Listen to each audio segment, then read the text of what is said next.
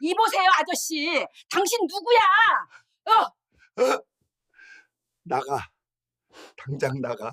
경고 다음 이야기는 노년의 무거운 망각, 그리고 숨겨진 결혼 생활의 비밀에 대한 감정을 담고 있습니다. 온전히 경청하기 위해 조용한 공간을 고려해 주십시오. 낡은 물건을 버리려다가 그 안에 자신의 평생이 담겨 있다는 것을 발견한 적이 있습니까? 서울 마포구에 사는 70세 김철수 씨는 그렇게 하려고 했습니다. 그는 병으로 정신이 온전치 못한 아내의 낡은 코트를 버리려고 했습니다. 그는 또한 그녀를 요양원으로 보내버릴 생각도 했습니다. 하지만 코트 안감에서 떨어진 누렇게 바랜 봉투 하나가 모든 것을 바꿨습니다. 그것은 돈도 아니었고 유언장도 아니었습니다. 그것은 5년 전 그녀가 자신이 그를 잊게 될 것임을 알게 된 날에 쓴 고백이었습니다. 어둠 속에 잠들어 있다가 두 사람의 썩어가는 영혼을 구원하기 위해 그가 발견하기만을 기다린 비밀. 이것은 기억의 생채기와 가족의 무게에 관한 이야기이며 사랑과 인내의 경계가 그 어느 때보다 희미해지는 곳에 대한 이야기입니다. 여러분을 경청의 시간으로 초대합니다. 서울의 번화한 은평구 한복판에 덩그러니 놓인 낡은 아파트 안에서 시간은 흐르지 않고 고여 있는 듯 걸쭉하고 무거웠습니다. 창밖에는 첫눈이 내리기 시작하여 크리스마스 준비로 분주한 도시의 장례식 같은 흰색을 덮었습니다. 하지만 페인트가 벗겨진 이 네 벽 안에는 축제 분위기도 시끌벅적한 웃음소리도 없었습니다. 오직 소름 끼치는 침묵만이 있었고 가끔 의미 없는 비명이나 인생의 내리막길을 거의 다 내려온 한 남자의 긴 한숨 소리에 의해 찢겨질 뿐이었습니다. 김철수 씨는 누렇게 변한 나무 바닥에 주저앉았습니다. 바닥의 냉기가 얇은 천 바지를 뚫고 쑤시는 관절 마디마디로 스며들었지만 그는 일어날 생각조차 하지 않았습니다. 그의 주위 공간은 병원 소독약 냄새와 쉰 음식 냄새, 제때 빨지 못한 옷 냄새, 그리고 오랫동안 병을 앓은 노인 특유의 냄새가 뒤섞여 진동했습니다. 그것은 시들어감의 냄새였고 생명이 하루하루 닳아 없어지는 냄새였습니다. 5년이 지났습니다. 서울대학교 병원 의사가 아내 박순자 씨의 진료 기록에 알츠하이머 초기라는 짧지만 잔인한 글귀와 함께 서명한 그날로부터 길고 긴 5년이었습니다. 그때만 해도 김 씨는 사랑과 헌신적인 보살핌이 기억의 사신의 발걸음을 늦출 수 있을 거라는 순진한 희망을 품고 있었습니다. 하지만 그는 틀렸습니다. 이 병은 단순한 망각이 아니라 그가 가장 사랑하는 사람의 인격을 서서히 갉아먹는 보이지 않는 괴물이었습니다. 첫 해에는 사소한 일들로 시작되었습니다. 냉장고에 잊고 둔 열쇠 꾸러미, 쓰레기통에 들어있는 지갑 혹은 슈퍼마켓 한복판에서 무엇을 사려 했는지 기억하지 못한 채 멍하니 서 있는 박순자 씨의 모습들.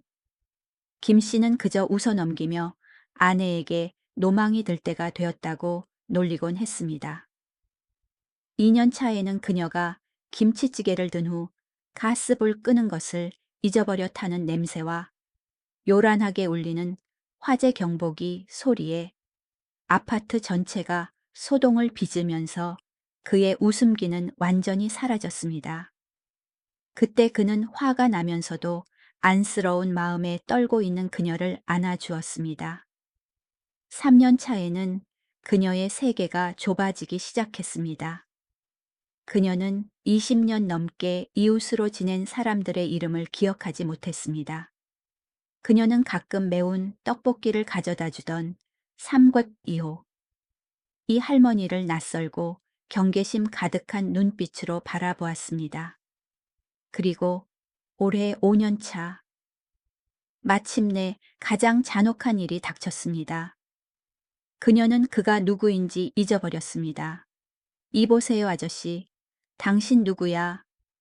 왜 남의 집에 함부로 들어와 나가? 당장 나가. 박순자 씨의 목소리가 침실에서 들려왔습니다. 날카롭고 귀를 찌르는 공포로 가득 찬 목소리였습니다. 그것은 옛날에 현숙했던 아내의 부드럽고 따뜻한 목소리가 아니었습니다.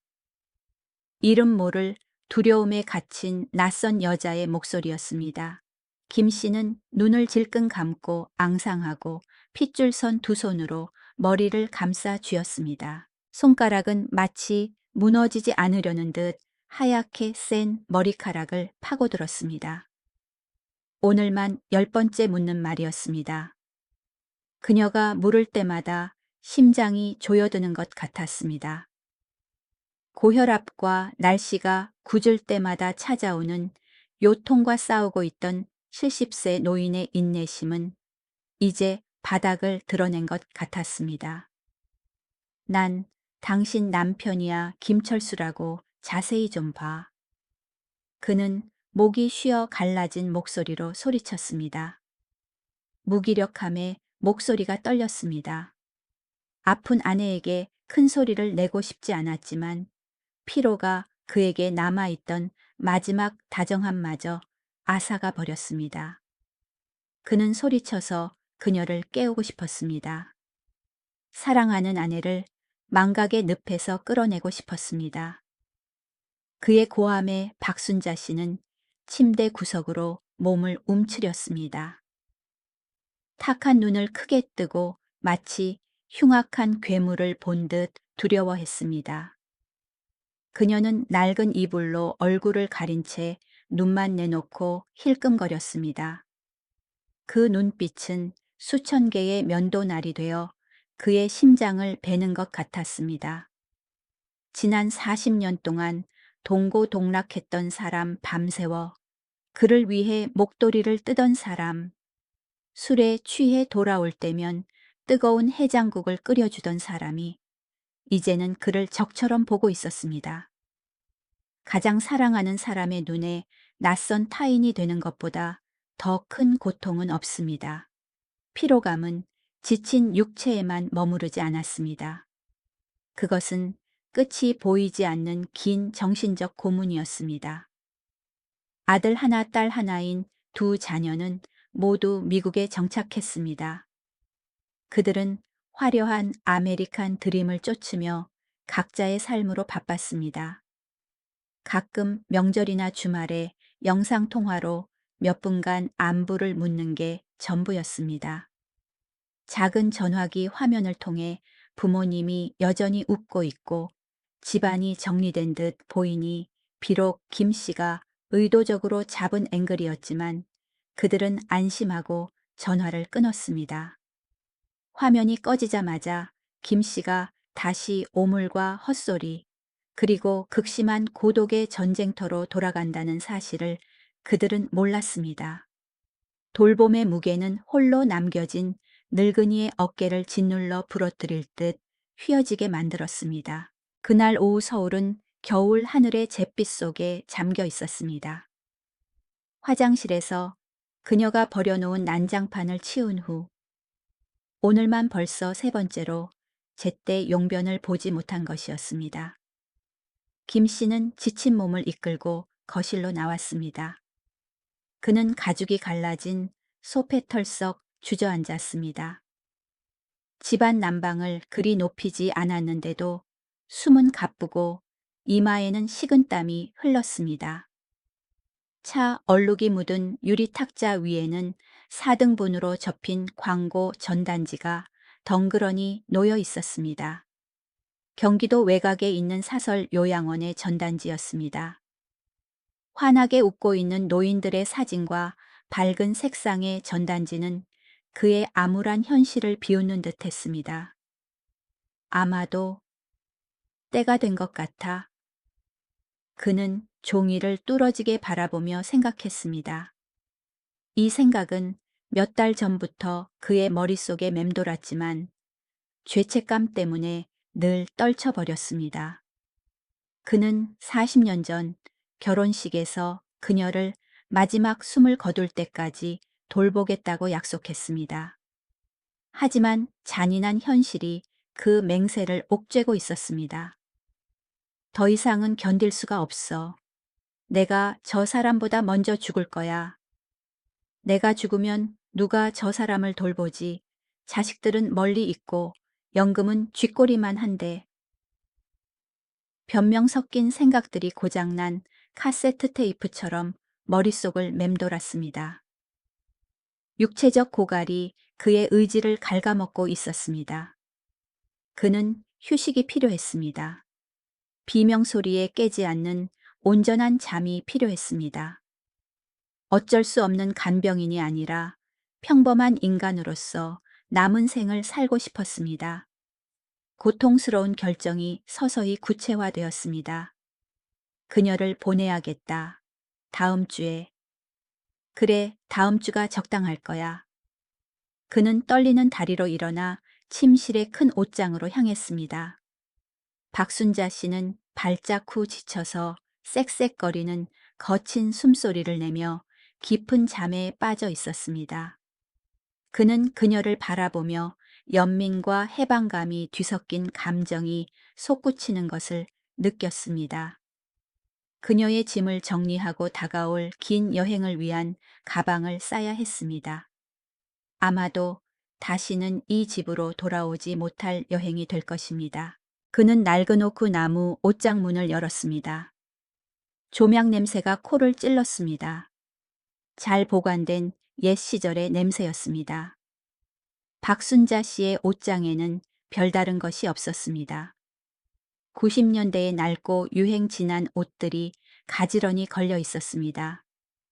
그녀는 지독하게 검소한 여자였습니다.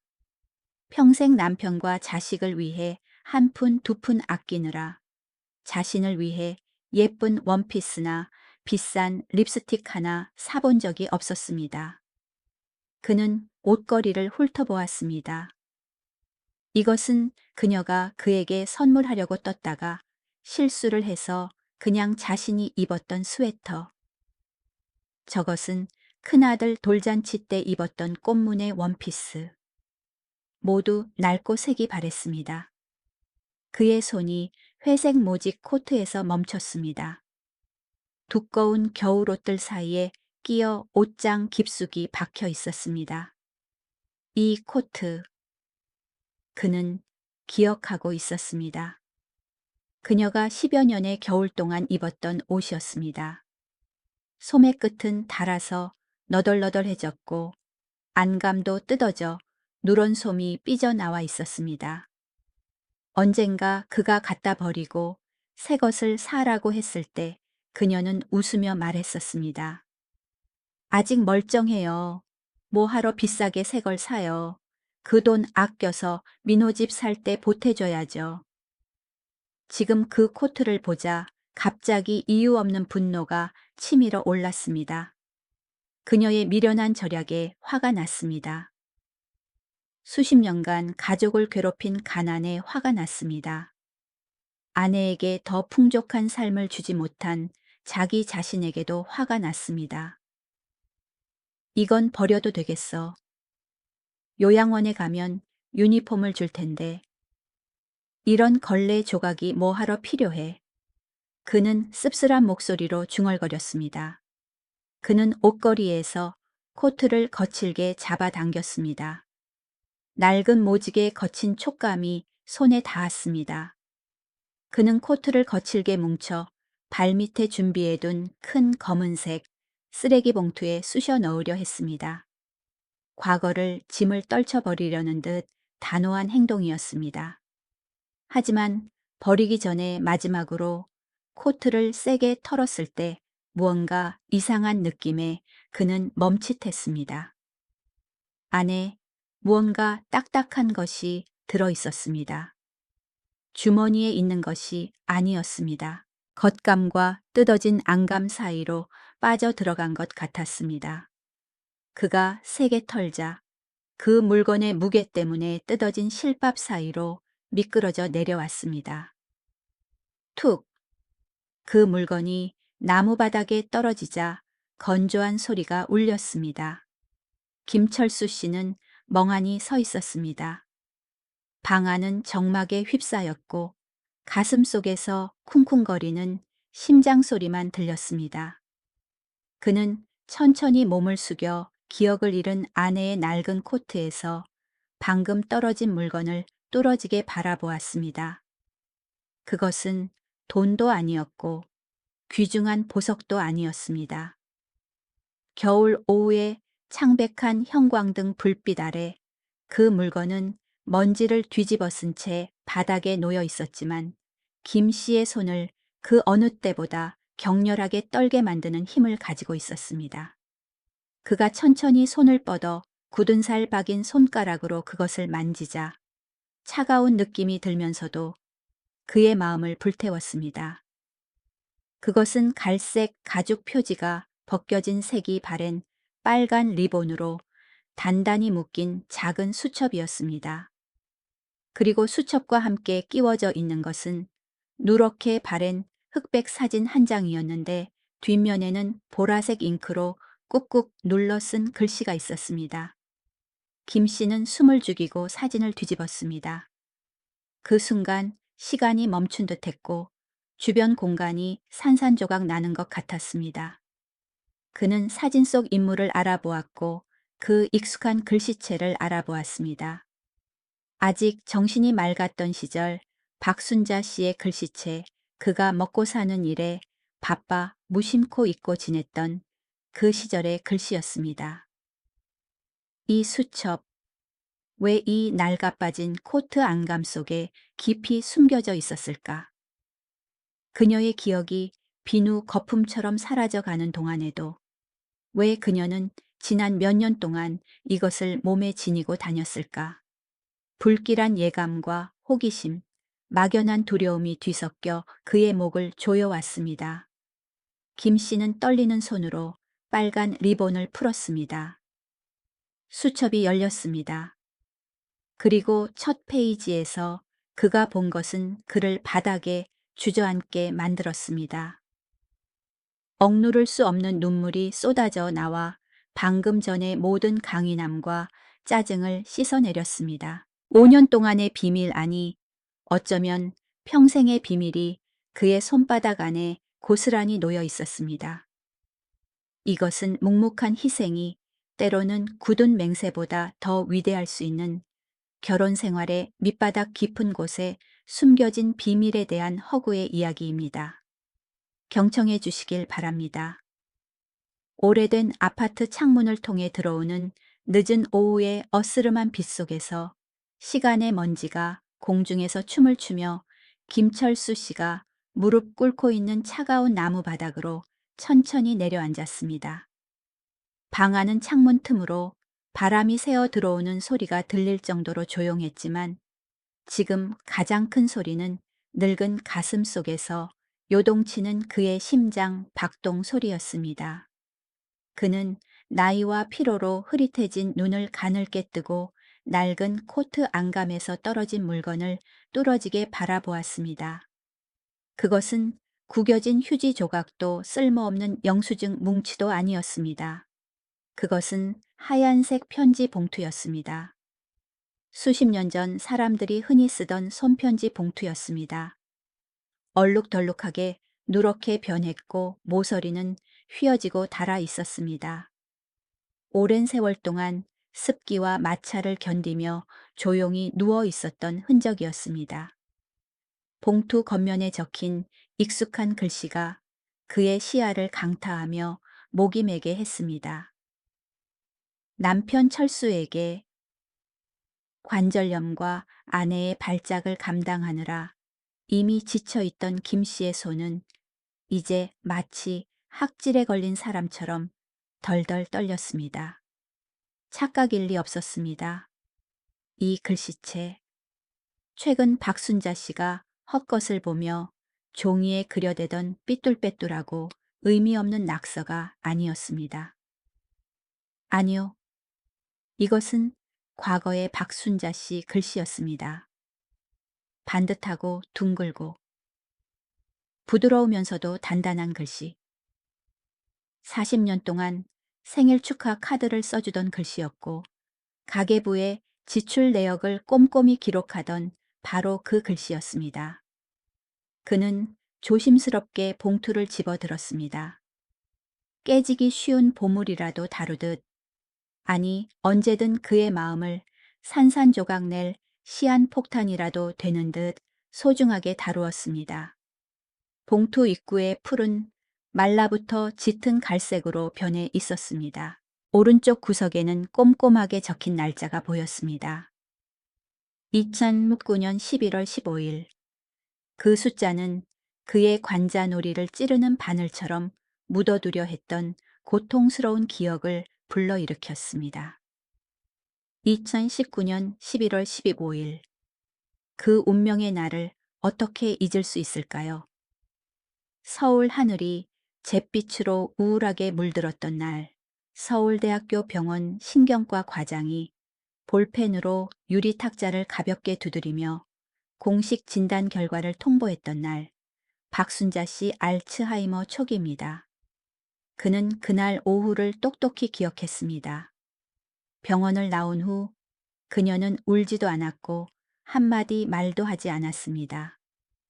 두 부부는 집으로 돌아가기 위해 402번 버스에 탔습니다. 그녀는 창가 자리를 골라 한남대교 아래로 유유히 흐르는 한강을 먼 눈으로 바라보았습니다. 그는 그녀의 차가운 손을 잡고 위로의 말을 찾으려 했지만 목이 메어 말이 나오지 않았습니다. 그녀는 돌처럼 굳어 앉아 있었습니다. 그때의 침묵은 공허함이 아니라 인내였고 평온한 겉모습 내면에서 소용돌이치는 폭풍이었습니다. 알고 보니 그가 두려움에 떨고 있던 그 운명의 날에 그녀는 이미 이 순간을 조용히 준비하고 있었던 것입니다. 떨리는 손으로 김 씨는 봉투를 뜯었습니다. 건조한 종이 찢어지는 소리가 적막한 공간에서 천 찢는 소리처럼 울렸습니다. 봉투 안에는 4등분으로 접힌 줄이 쳐진 편지지 3장과 짙은 파란색의 작은 수첩이 들어 있었습니다. 김 씨는 서둘러 편지를 읽지 않았습니다. 그는 침대 가장자리로 몸을 끌고 가서 앉았습니다. 그의 체중 때문에 낡은 스프링 매트리스가 삐걱 하는 거슬리는 소리를 냈습니다. 그는 손을 뻗어 침대 머리맡에 스탠드를 켰습니다. 노랗고 희미한 불빛이 퍼지며 얇은 종이 위에 슬프고도 그리운 느낌을 드리웠습니다. 그는 첫 번째 장을 펼쳤습니다. 만년필, 잉크 냄새가 낡은 종이 냄새와 섞여 은은하게 피어올랐습니다. 기억의 향기였습니다. 철수 씨 여보, 당신이 이 편지를 읽고 있다면 아마 저는 이미 다른 사람이 되어 있겠죠. 그렇죠. 어쩌면 저는 당신에게 온갖 폐를 끼치는 망령든 바보 할망구가 되어 있을지도 몰라요. 심지어 그때가 되면 제가 제 이름조차 잊고 우리가 누구였는지조차 잊어버렸을까봐 두려워요. 오늘 의사 선생님이 제가 점점 기억을 잃을 거라고 했어요. 결과지를 손에 들고 저는 너무 무서웠어요. 여보, 저는 죽음이 두렵지 않아요. 죽음은 인생의 순리이고 누구나 겪는 거니까요. 하지만 저는 망각이 두려워요. 언젠가 눈을 떴을 때 세상에서 가장 사랑하는 당신 얼굴을 보고도 낯선 사람으로 느낄까봐 두려워요. 당신이 저를 바라보는 눈빛이 더 이상 사랑이 아니라 피로와 혐오가 될까봐 두려워요. 한 문장 한 문장이 끓는 물방울이 되어 피 흘리는 김 씨의 심장에 떨어졌습니다. 그는 눈을 비볐지만 뜨거운 눈물이 솟구쳐 주름진 뺨을 타고 흘러내려 비스듬한 파란 잉크 글씨를 번지게 했습니다.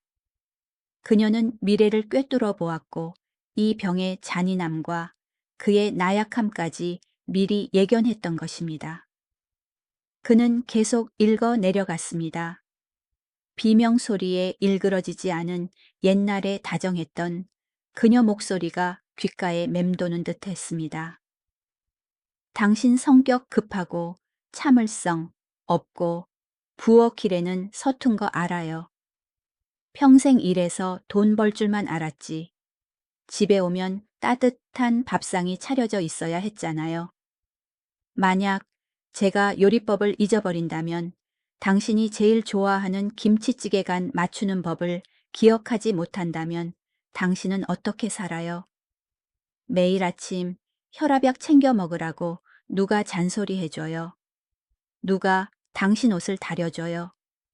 걱정이 너무 많아서 정신이 가장 맑을 때 서둘러 이 편지를 써요.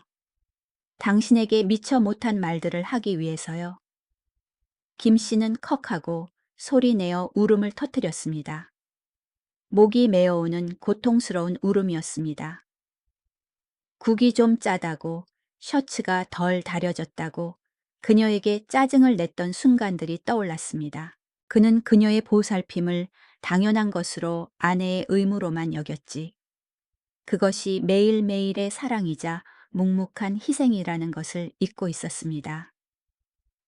첫 번째로, 그리고 가장 중요한 건데, 당신에게 정말 미안해요. 정말 많이 미안해요. 우리가 약속했던 것처럼 노년에 편안하게 여행 다니며 풍경 구경하지 못하게 해서 미안해요. 당신의 노후를 챙겨주는 대신 짐이 되고 당신 어깨를 짓누르는 바위덩어리가 되어서 미안해요. 텅 빈 껍데기 같은 아내를 마주해야 할 당신이 얼마나 지치고 외로울지 알아요. 그는 고개를 세차게 저으며 눈물을 뿌렸습니다. 아니야, 당신 잘못이 아니야, 순자야. 잘못은 내가 했어. 그는 허공에 대고 속삭였습니다. 목소리는 산산조각 났습니다. 그의 시선이 편지의 마지막 부분으로 옮겨갔고 무릎 위에 놓인 파란색 수첩에 멈췄습니다.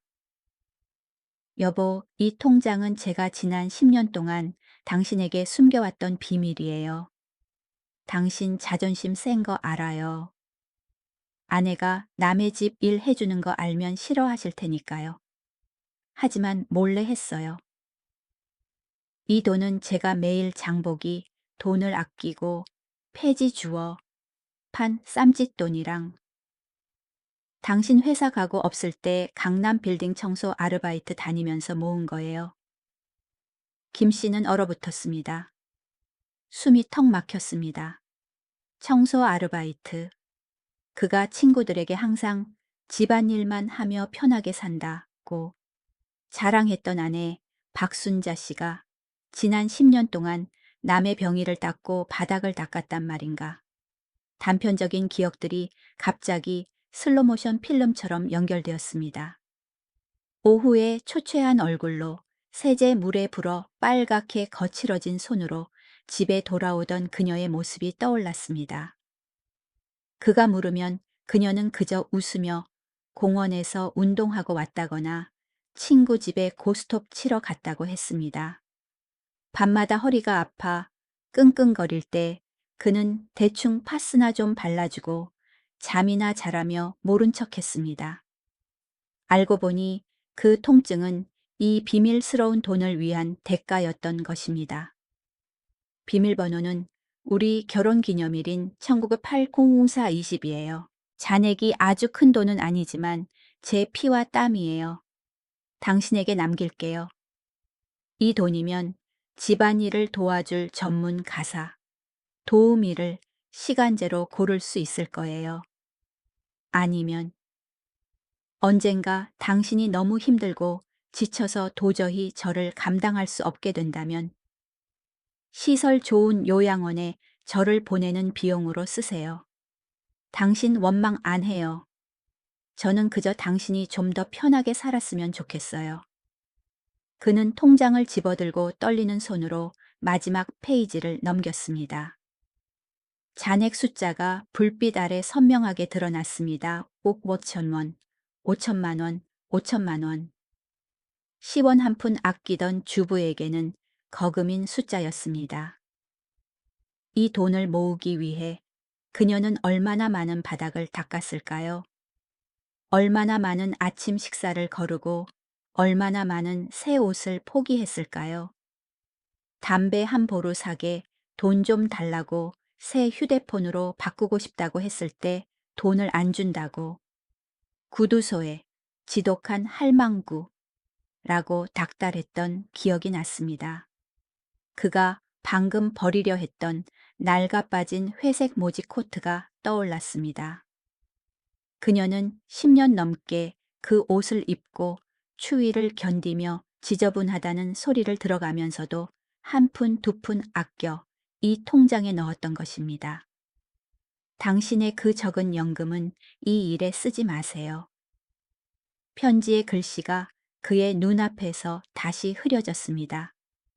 연금은 좋은 관절약 사드시고 허리침 맞으시고 가끔 탑골공원에서 친구분들과 막걸리 한잔 하는데 쓰세요. 평생 가족 위해 고생하셨잖아요. 내 병 때문에 당신의 노후가 돈 걱정으로 얼룩지지 않았으면 해요. 통장이 바닥에 툭 하고 떨어졌습니다. 김철수 씨는 두 손에 얼굴을 파묻었고 늙은 가슴에서 터져나온 울음소리는 마치 상처 입은 짐승의 울부짖음 같았습니다. 그는 단순히 감동해서 우는 게 아니었습니다. 부끄러움 때문에 온 마음을 뒤덮는 죄책감 때문에 울었습니다. 지난 5년 동안 그는 항상 자신이 피해자라고 생각했습니다. 신세를 한탄했고 미친 아내를 돌봐야 하는 세상에서 가장 불행한 남편이라고 느꼈습니다. 그는 포기하려 했고 그녀를 싼 요양원에 쳐넣어버리고 짐을 덜고 싶어 했습니다. 하지만 그는 몰랐습니다. 그 미친 아내가 이성이 무너져 내리는 순간에도 마지막 남은 정신을 붙잡고 그를 걱정하고 그의 자존심을 지켜주려 했으며 그를 위해 가장 안전한 퇴로를 준비하고 있었다는 것을요. 그녀는 그가 스스로를 작고 비겁하게 느낄 만큼 위대하고 관대한 사랑으로 그를 사랑했던 것입니다. 창밖에는 눈발이 굵어지고 있었습니다. 바람이 창문 틈으로 윙윙 거렸습니다. 하지만 작은 방 안에서 70세 노인은 편지와 통장을 가슴에 품고 앉아 있었습니다. 마치 착한 아내의 피 흘리는 심장을 품은 것처럼 그는 깨달았습니다. 알츠하이머가 그녀의 기억을 앗아갈 수는 있어도 그녀의 피와 살에 깊이 박힌 사랑의 본능은 앗아갈 수 없다는 것을. 그리고 낡은 옷감 아래 숨겨져 있던 비밀은 단순한 돈이 아니었습니다. 그것은 그의 무심함에 대한 선고였고 이제야 비로소 그가 제대로 소중히 여기지 못했던 사랑에 대한 가장 고통스러운 증거였습니다. 박순자 씨의 방에서 잠꼬대 소리가 들려왔습니다. 비명 소리가 아닌 꿈속에서의 웅얼거림이었습니다. 김 씨는 눈물을 닦고 일어섰습니다. 더 이상 피곤하지 않았습니다. 그의 마음속에서 그 어느 때보다 강력하고 단호한 새로운 결심이 서서히 형성되고 있었습니다.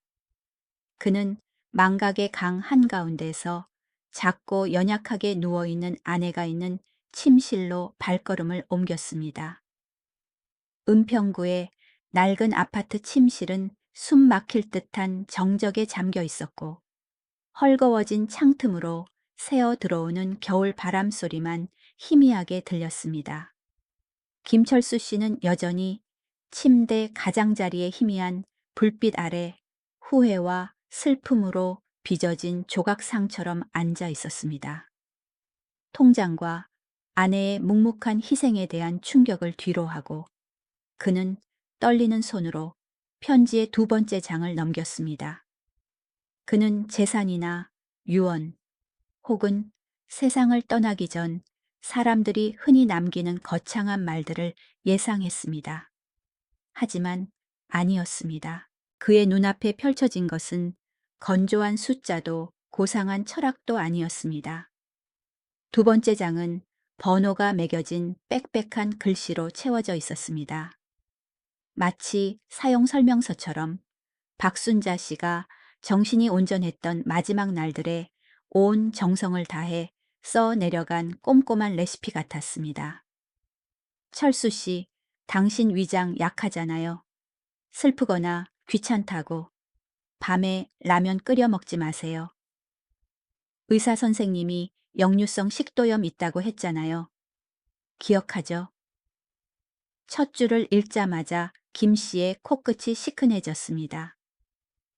기억을 집어삼키려는 알츠하이머라는 괴물과 마주한 순간에도 그녀의 첫 번째 걱정은 남편의 아픈 위장이었습니다. 자식들 이름을 잊을까봐 걱정한 게 아니라 그녀가 곁에서 챙겨주지 않으면 불규칙하게 식사할 남편을 걱정한 것입니다. 그는 계속 읽었습니다. 눈물 때문에 눈앞이 흐려졌지만 글자 하나하나를 삼키듯 읽어 내려갔습니다.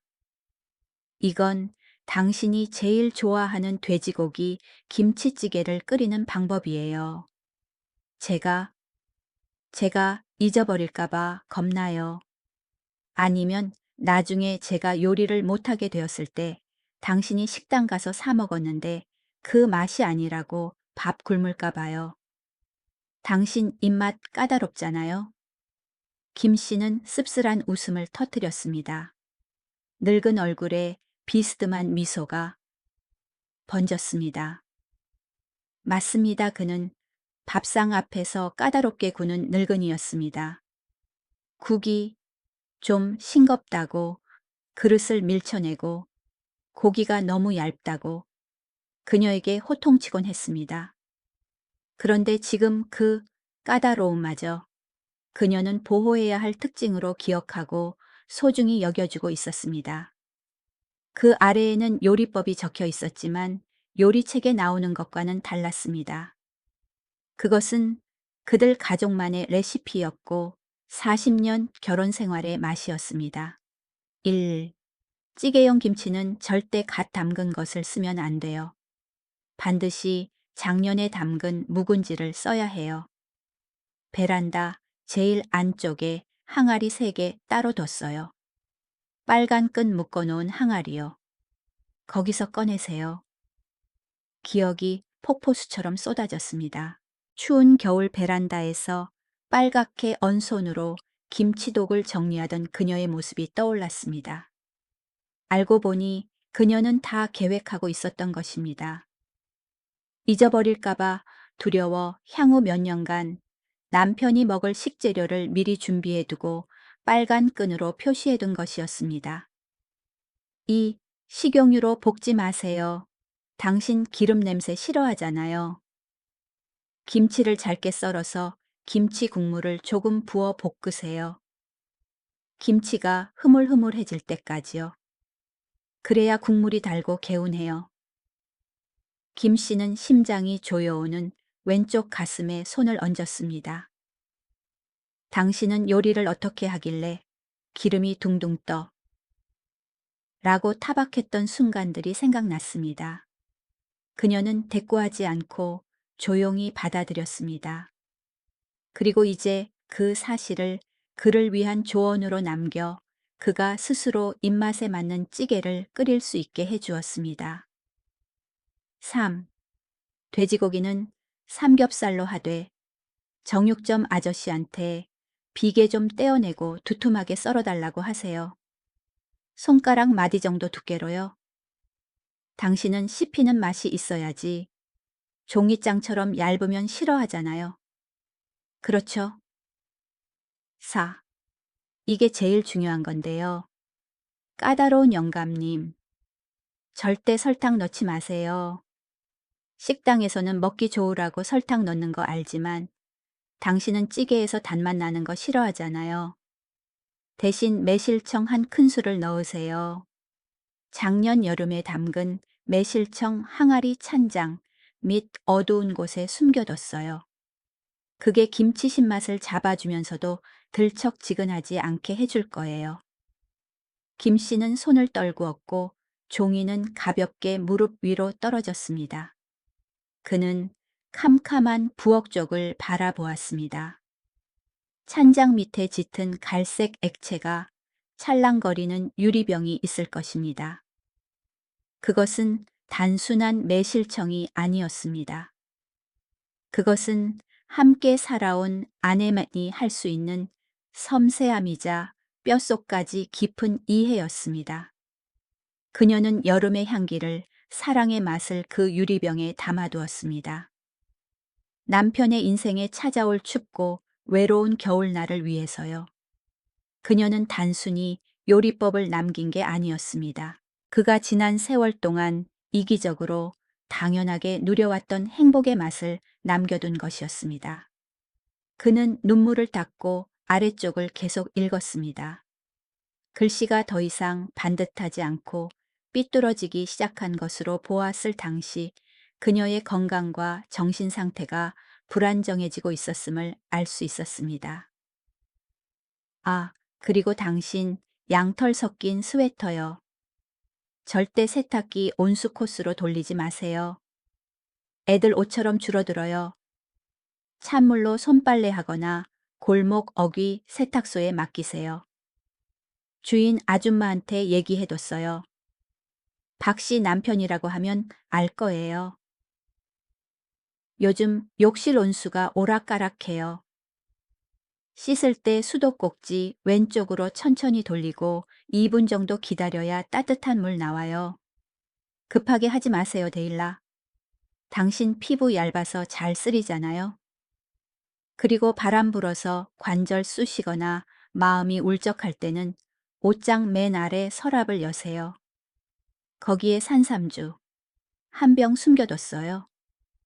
5년 묵은 산삼 구해서 담근 거예요. 저녁마다 작은 잔으로 딱 한 잔만 드세요. 몸 따뜻해지고 잠 잘 올 거예요. 많이 마시면 취해서 넘어지니까 조심하고요. 기억을 잃는다는 극한의 공포 앞에서도 그녀가 처음이자 유일하게 생각한 것은 자신이 아니었습니다. 그녀는 무엇을 먹고 싶은지, 무슨 약이 필요한지 쓰지 않았습니다. 그녀는 마지막 남은 명석함을 오로지 남편을 위한 생활 지도를 그리는데 쏟아부었습니다. 그가 배고플까봐, 추울까봐, 옷이 줄어들까봐, 씻다 데일까봐, 아픈데 달래줄 약술이 없을까봐 걱정했습니다. 그녀는 자신의 의식이 사라질 것을 대비해 이 글자들 속에 자신의 영혼 일부를 남겨 그를 보호하려 했습니다. 그녀는 자신이 어둠 속으로 가라앉더라도 남편의 삶이 순조롭게 돌아가고 자신의 보이지 않는 보살핌 속에 머물 수 있다면 그것으로 좋겠습니다. 편지의 마지막 부분에 이르자 글씨가 심하게 떨렸고 잉크가 여러 군데 번져 있었습니다. 아마 이 부분을 쓸 때 많이 울었을 것입니다. 철수 씨, 어제 뭘 먹었는지 기억이 안 나기 시작해서 이 글을 써요. 의사 선생님이 시간이 얼마 없대요. 언젠가 제가 당신을 두려운 눈으로, 낯선 눈으로 바라보거나 심지어 당신을 쫓아내고 욕하더라도 제발, 제발 슬퍼하지 마세요. 그건 제가 아니에요. 그건 그저 몹쓸 병이 제 몸을 조종하는 것뿐이에요. 진짜 저 당신의 아내 박순자는 여전히 이 심장 깊은 곳 어딘가에 있고 당신을 사무치게 사랑하고 있으며 이 생에서 당신의 아내가 되어 감사해하고 있어요. 제 머리는 당신 얼굴을 잊더라도 제 심장은 당신이 손을 잡아주면 여전히 뛸 거라고 믿어요. 김 씨는 가슴이 으스러지는 것 같았습니다. 오늘 오후 그를 보던 그녀의 공포에 질린 눈빛이 떠올랐습니다. 그는 화를 냈고 소리를 질렀습니다. 그 낯선 사람의 당황한 눈빛 뒤에서 불쌍한 아내의 영혼이 망각의 감옥에 갇힌 채 필사적으로 그의 이름을 외치고 있었다는 것을 그는 알지 못했습니다. 그리고 여보, 이기적인 부탁 하나만 할게요. 저를 멀리 보내지 말아줄래요? 아니면 당신이 너무 힘들어서 어쩔 수 없이 저를 요양원에 보내야 한다면 자주 보러 오겠다고 약속해 줄 수 있어요. 저 외로움 많이 타잖아요. 낯선 방에서 낯선 사람들과 혼자 누워 있는 거 무서워요. 당신 발자국 소리, 당신 옷에 밴 익숙한 담배 냄새만 맡아도 안심이 될 거예요. 다음 생에는 건강하고 똑똑하게 태어나서 이 생에서 못한 것까지 다 갚으며 당신을 끝까지 돌봐줄게요. 사랑해요, 당신의 아내 순자. 아이고, 순자야, 김철수 씨의 울음이 터져 나와 밤의 정적을 찢었습니다. 그는 더 이상 참지 않았습니다. 그는 고통스럽게 울부짖으며 편지지를 가슴에 꽉 끌어안았습니다. 마치 심장에 집어넣기라도 할 듯이요. 그는 아내의 낡아빠진 코트에 얼굴을 파묻고 익숙한 냄새, 조명 냄새, 음식 냄새, 그리고 노년의 퀴퀴한 냄새까지 들이마셨습니다. 그는 이 옷을 버리려 했습니다. 그는 다음 주에 그녀를 내보내려 했습니다. 저 거실 탁자 위에는 요양원 전단지가 그의 배신, 그의 나약함과 이기심의 증거처럼 여전히 놓여 있었습니다. 그는 자신의 해방을 생각했습니다. 자신의 피로를 호소했습니다. 아픈 사람을 두고 이해 득실을 따졌습니다. 반면 저 침실에 웅크리고 누워 세상 모든 것을 두려워하며 떨고 있는 여자는 마지막 남은 힘을 짜내 그를 걱정했고 자신이 그를 기억하지 못하더라도 그가 맛있는 국을 먹고 따뜻하게 잠들 수 있도록 배려했습니다. 죄책감이 쓰나미처럼 밀려와 그를 덮쳤습니다. 하지만 그 극심한 고통 속에서 무언가가 그를 깨웠습니다. 김 씨는 벌떡 일어나 비틀거리며 거실로 나갔습니다. 그는 탁자 위에 요양원 광고 전단지를 낚아챘습니다. 증오 섞인 눈으로 1초간 노려보더니 갈기갈기 찢어버렸습니다. 수백 조각으로 찢었습니다. 그는 손안의 종이 조각들을 구겨 쓰레기통에 세게 던져버렸습니다. 그는 다시 침실로 돌아와 침대 곁으로 갔습니다.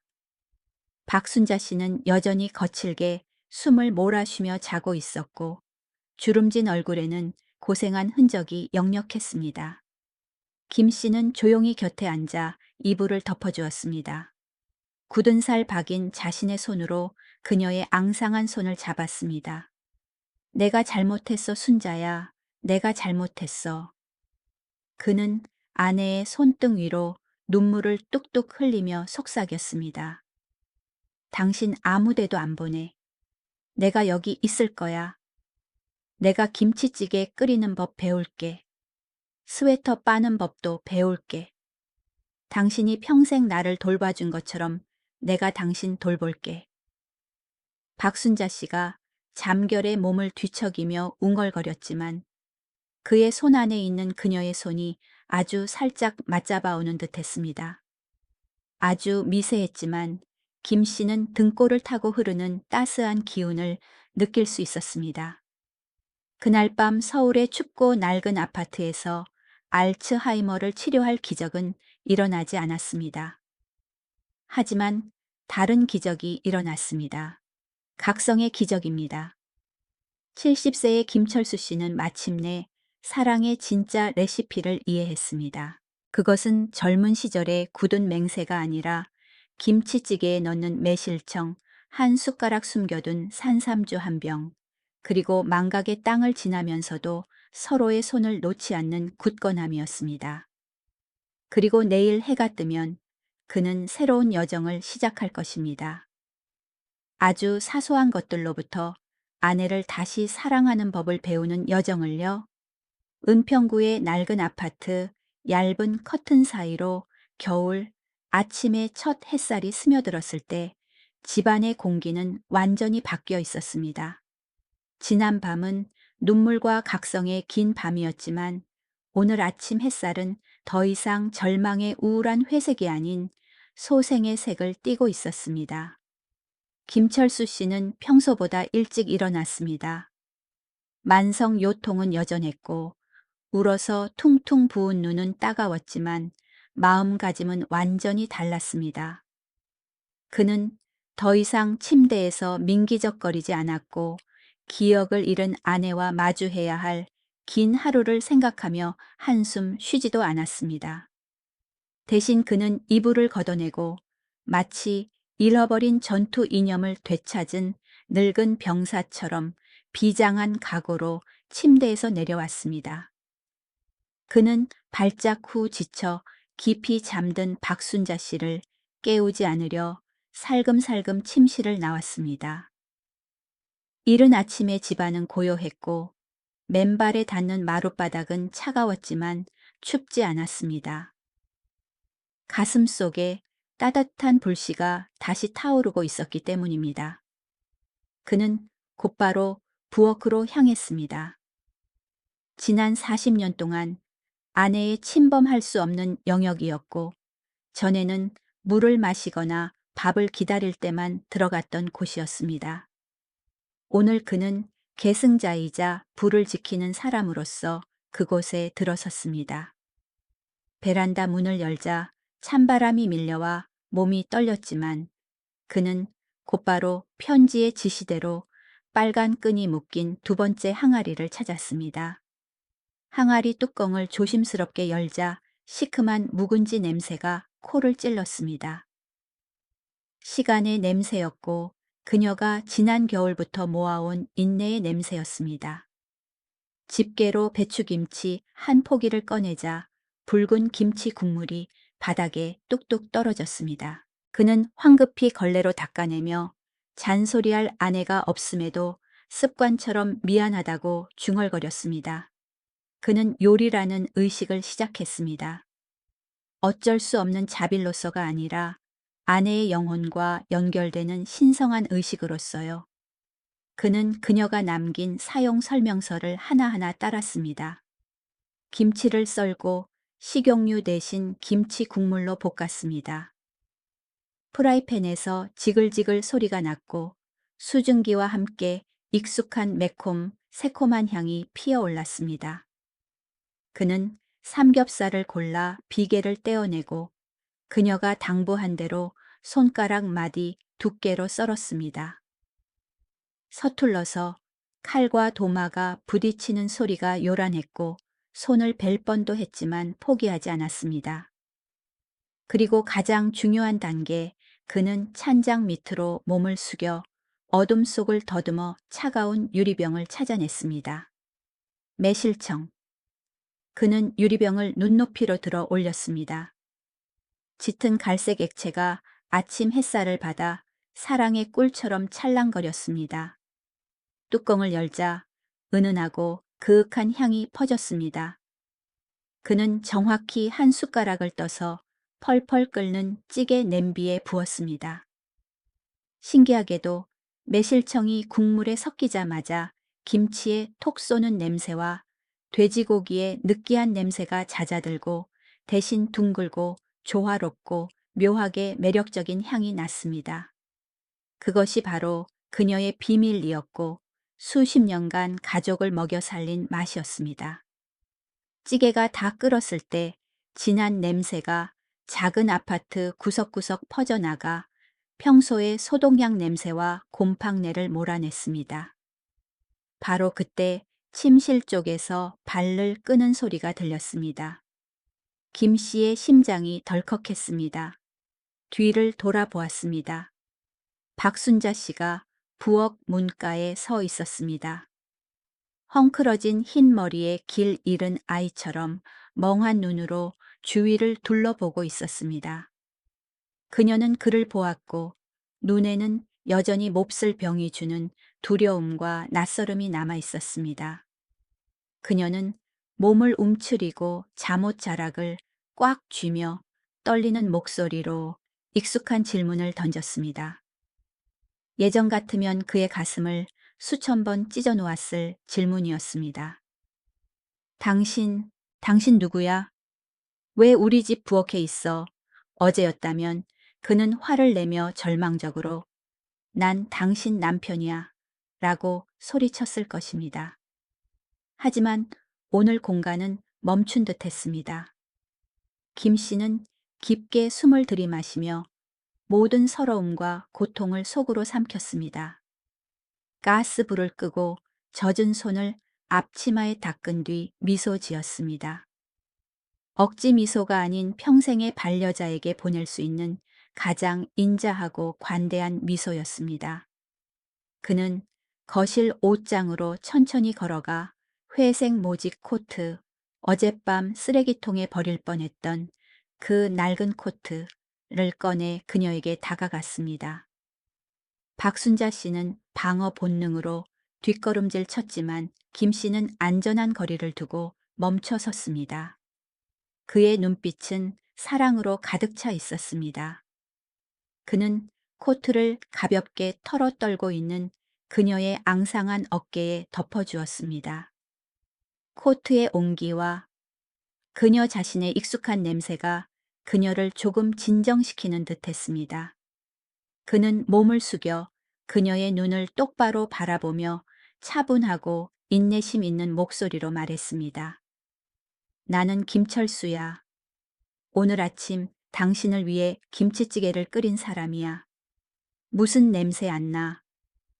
박순자 씨는 눈을 깜빡이며 코를 킁킁거렸습니다.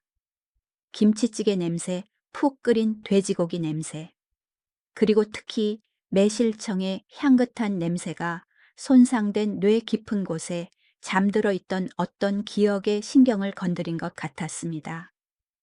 그것은 어떤 설명보다 강력했습니다.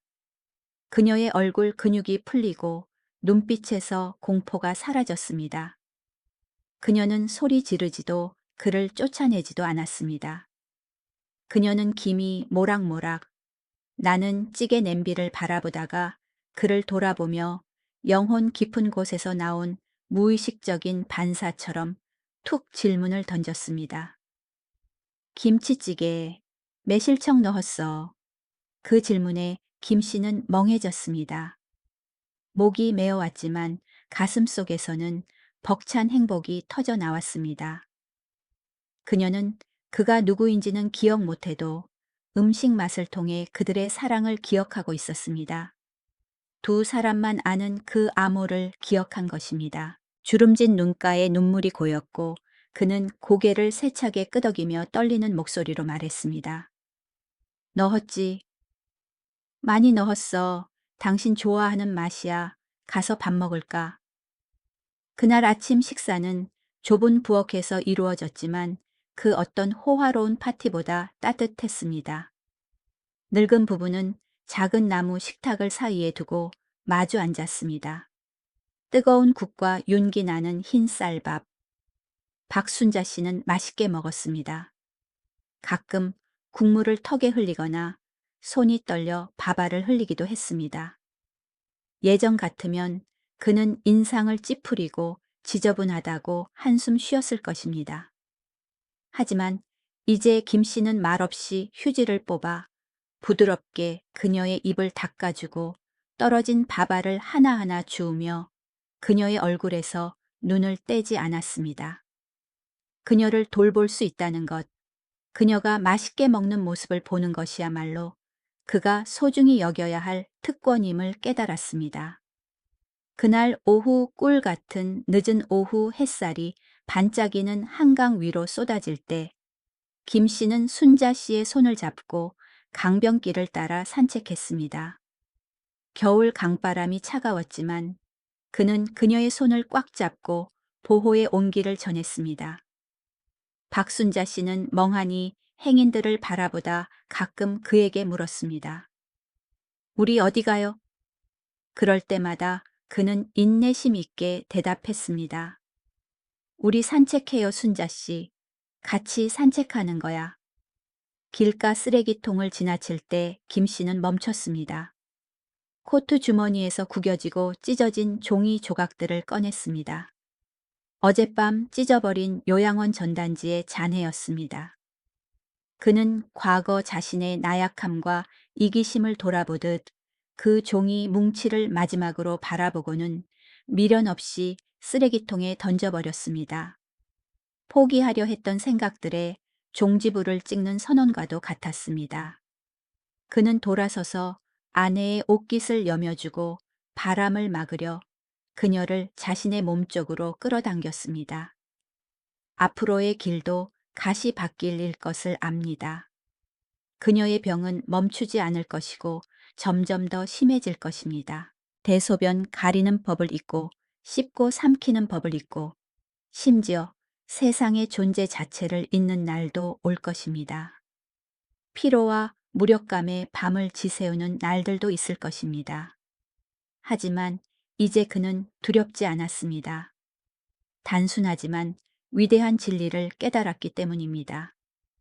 사랑은 서로의 이름을 기억하는 것이 아니라 기억이 산산조각 났을 때조차 서로의 손을 놓지 않는 것입니다. 저 멍하고 순진한 껍데기 속에는 여전히 목숨보다 그를 더 사랑하는 박순자가 있고 그를 지키기 위해 사랑의 유산을 남겨준 그녀가 있습니다. 그리고 그 김철수는 남은 생을 그 사랑에 보답하는 데 쓸 것입니다. 그녀의 눈이 되고 손이 되고 기억이 되어줄 것입니다. 40년 전 결혼식 맹세가 그 어느 때보다 선명하게 울려 퍼졌습니다. 괴로울 때나 즐거울 때나 아플 때나 건강할 때나 죽음이 우리를 갈라놓을 때까지 사랑하고 아끼겠습니다. 두 노인의 그림자가 초겨울 찬바람 속에서 서로 의지하며 걷는 길 위로 길게 드리워졌지만 그들의 마음속에는 따뜻하고 강인한 봄이 다시 시작되고 있었습니다. 내일 비록 기억이 희미해지더라도 태양은 떠오를 것이고 사랑은 유일한 이정표가 되어줄 것입니다. 햇살 좋은 날이었습니다. 그리고 앞으로도 그들이 함께 있는 한 여전히 햇살 좋은 날들일 것입니다.